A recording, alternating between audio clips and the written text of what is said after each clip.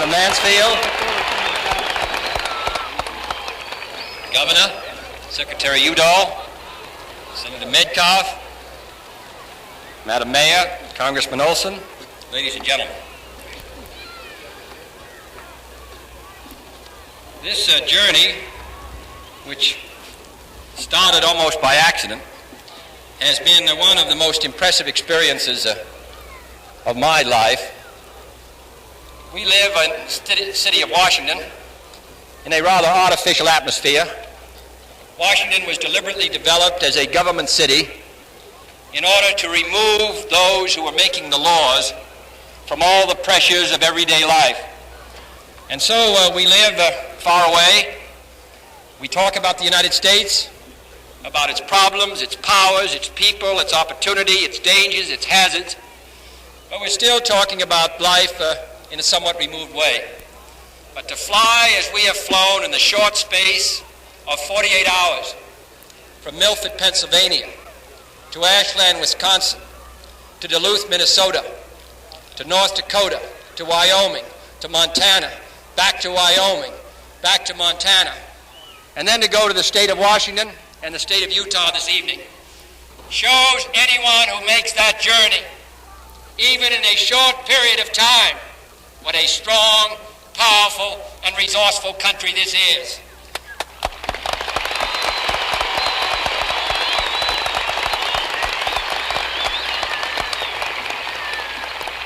Montana is a long way from Washington, and it's a long way from the Soviet Union, and it's 10,000 miles from Laos. But this particular state, because it has, among other reasons, concentrated within its borders some of the most powerful nuclear missile systems in the world, must be conscious of every danger and must be conscious of how close Montana lives to the firing line which divides the communist world. We are many thousands of miles from the Soviet Union, but this state, in a very real sense, is only 30 minutes away. The object of our policy, therefore, must be to protect the United States, to make sure that those over 100 Minuteman missiles which ring this city and this state remain where they are. And that is the object of the foreign policy of the United States under this administration, under the previous administration, and under that of President Truman. One central theme has run through the foreign policy of the United States, and that is, in a dangerous and changing world, it is essential that the 180 million people of the United States throw their weight into the balance in every struggle, in every country, on the side of freedom.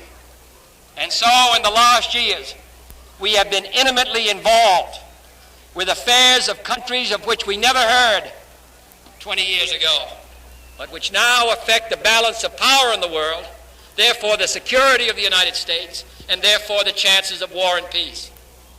I know that there are many of you who sit here and wonder what it is that causes the United States to go so far away. It causes you to wonder why so many of your sons should be stationed so far away from our own territory, who wonder why it is, since 1945, that the United States has assisted so many countries. You must wonder when it's all going to end and when we can come back home. Well, it isn't going to end. And this generation of Americans has to make up its mind for our security and for our peace, that what happens in Europe or Latin America or Africa or Asia directly affects the security of the people who live in this city, and particularly those who are coming after. I make no apologies for the effort that we make to assist these other countries to maintain their freedom, because I know full well that every time a country, regardless of how far away it may be from our own borders, every time that country passes behind the Iron Curtain, the security of the United States is thereby in danger. So all those who suggest we withdraw, all those who suggest we should no longer ship our surplus food abroad or assist other countries, I could not disagree with them more. This country is stronger now than it's ever been. Our chances for peace are stronger than they've been in years. The nuclear test ban, which was strongly led in the Senate of the United States by Mike Mansfield and Lee Metcalf, is, I believe, a step towards peace and a step towards security, and gives us an additional chance that all of the weapons of Montana will never be fired. That is the object of our policy.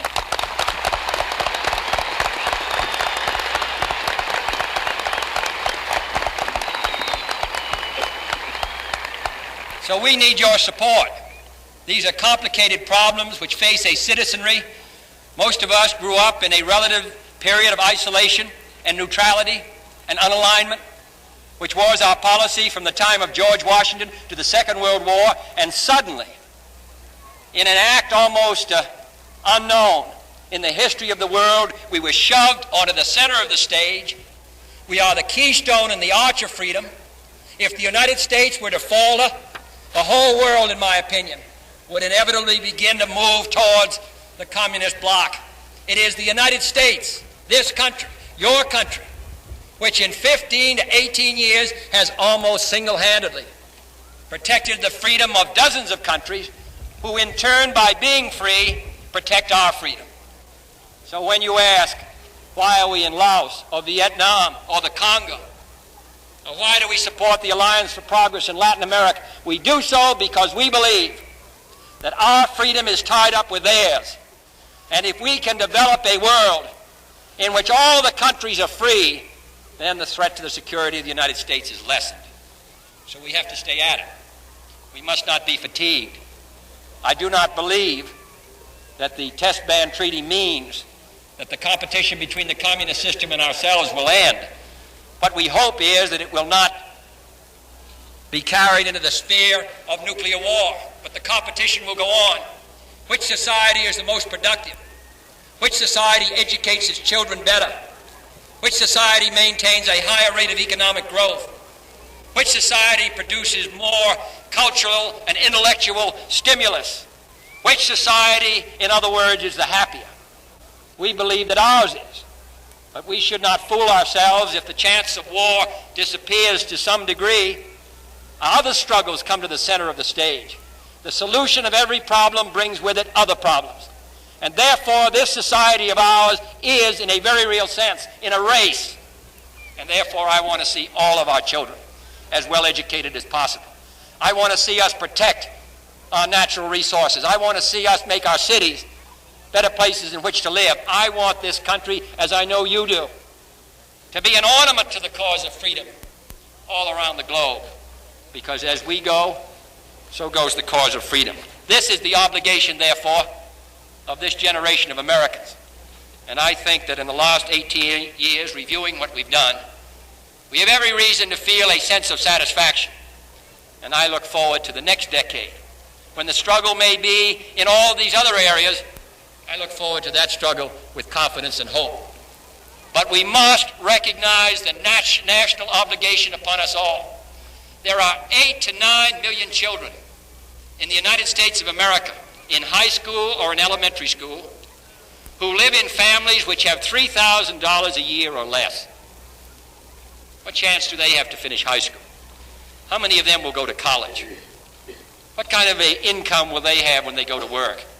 Will their children then grow up in a family which is itself deprived, and so pass on from generation to generation a lag, a fifth of the country which lives near the bottom, while the rest of the country booms and prospers?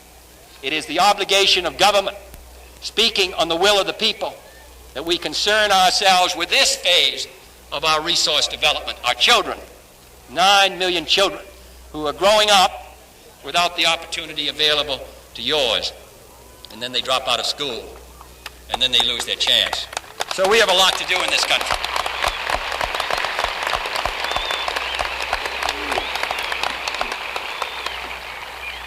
We have a lot to do, and I'm out here to try to get your support in doing it.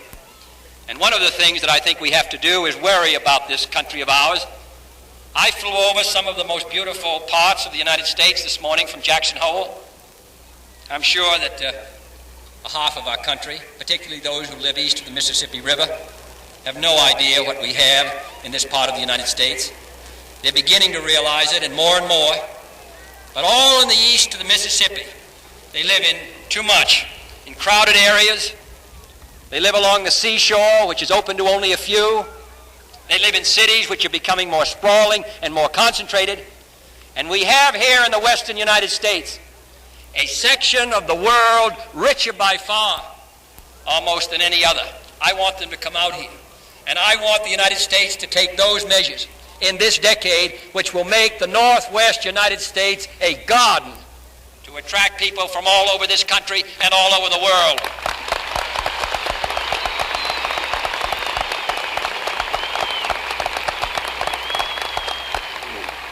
We go to Jackson Hole and Yellowstone, and we're impressed, as all of us are, but what we should remember is that that was due to the work of others, not to us, but to those who made the great fights in the last 50 years. Now in 1960s, we have to decide what we are going to do. And I believe that there's a good deal that we can do.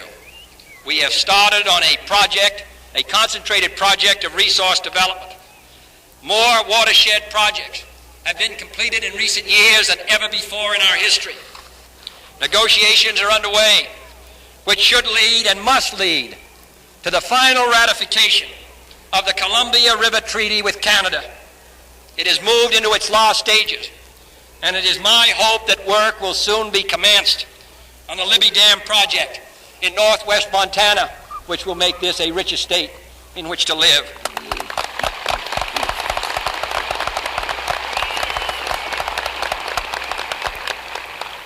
And what you have done here in this section of the United States, I want us to do along our coastline.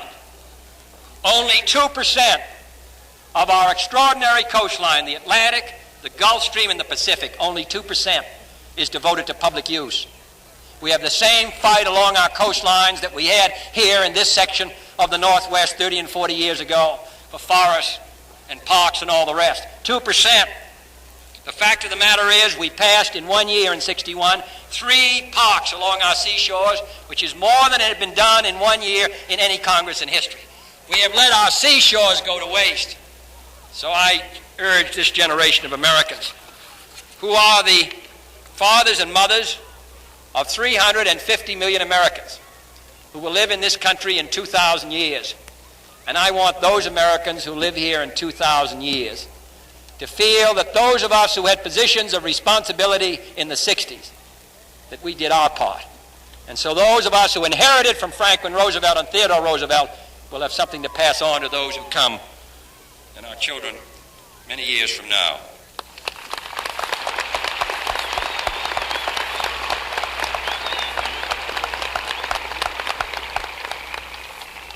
So I hope that we will harness our rivers.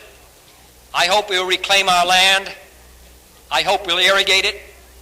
I hope we can provide, through cooperative effort of the farmers and the government, the kind of program which will give them a hope for security.